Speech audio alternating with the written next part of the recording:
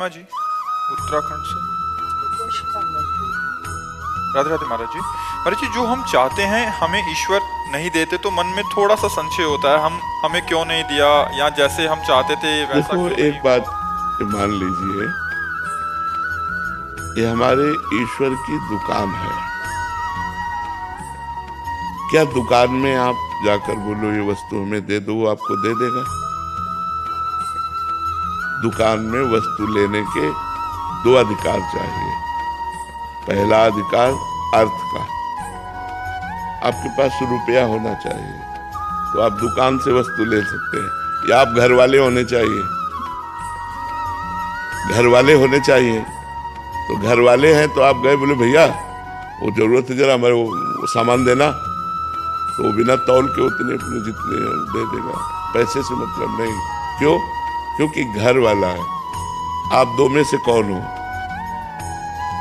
ना आप हरि के घर वाले बने और ना आपके पास तपस्या रूपी धन है, तो आपकी कामना कैसे पूर्ति हो जाए? आप बोलिए, कैसे पूर्ति हो जाए? मेरे ईश्वर की दुकान में है सबका जीवन खाता। अब आप बोलिए कैसे आपकी कामनाएं पूर्ण हो? आप अनुष्ठान कीजिए, आप तपस्या कीजिए, आप भजन कीजिए और मांगिए, देखिए पूर्ण होती है कि नहीं होती।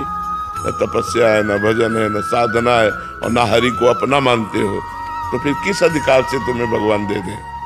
क्यों दे दे तुम्हें? तुम ही प्यारे हो क्या? पूरा जगत उनका बच्चा है, जड़ चैतन्य सब उनका बच्चा है। तुम तो मांगना जानते हो, लेकिन पशु पक्षी कितनी योनियां जो बेचारे मांगना नहीं जानते, और हरि उनकी पूर्ति करते हैं कि नहीं करते? कौन सा? आप देखो पशु पक्षियों को देखो, कितने स्वस्थ पुष्ट एकदम सुंदर दिखाई देंगे। हरि सबका पोषण करता है, उसका जब चराचर जगत बच्चा है।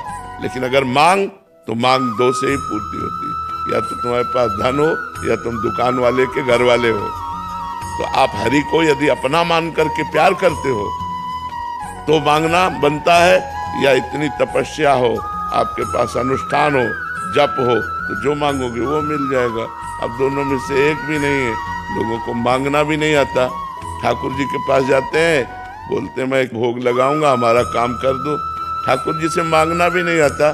ठाकुर जी को ठाकुर जी मानो यार, प्रभु को प्रभु मानो, और अपना स्वामी मानो, अपना प्रीतम मानो, अपना यार मानो, तो अभी काम बनने लगे। आप क्या सोचते हो? आपके परिवार में कितने लोग हैं? परिवार में कितने लोग हैं? 13 तुझको अर्पण कर दो। क्या लागे मेरा भी सारी बात बन जाए। वो ऐसे रीझता है, जैसे देखो हमने एक बार उदाहरण में बताया था कि जैसे एक पिता मानो 4 बेटे हैं और 4 बेटों को एक एक सेव दिया, पिता नहीं दिया। अब उसमें से एक बेटे ने दौड़ करके गोद पर चढ़कर कहा पापा आप पाओ ना, और पापा के मुंह पे लगा दिया। अब पापा क्या करेंगे? उसके हाथ से सेव ले लिया और अपने हाथ से उसको पवाएंगे। अब जो दुलार इस एक को मिलेगा वो 3 को नहीं मिलेगा। पिता की ही वस्तु तो दियम वस्तु गोविंदम, लेकिन हम दौड़कर भगवान को पहले भोग लगाया और फिर प्रसाद पाया, तो हम भगवान की कृपा पात्र बन जाएंगे। तो हम भगवान को अगर इस तरह से कि हम आपको 1 किलो लड्डू चढ़ाते, तो भूल मत करो, भगवान को लड्डू पेड़ा नहीं चाहिए। भगवान अनंत ब्रह्मांडों के स्वामी हैं, उनको तुम्हारा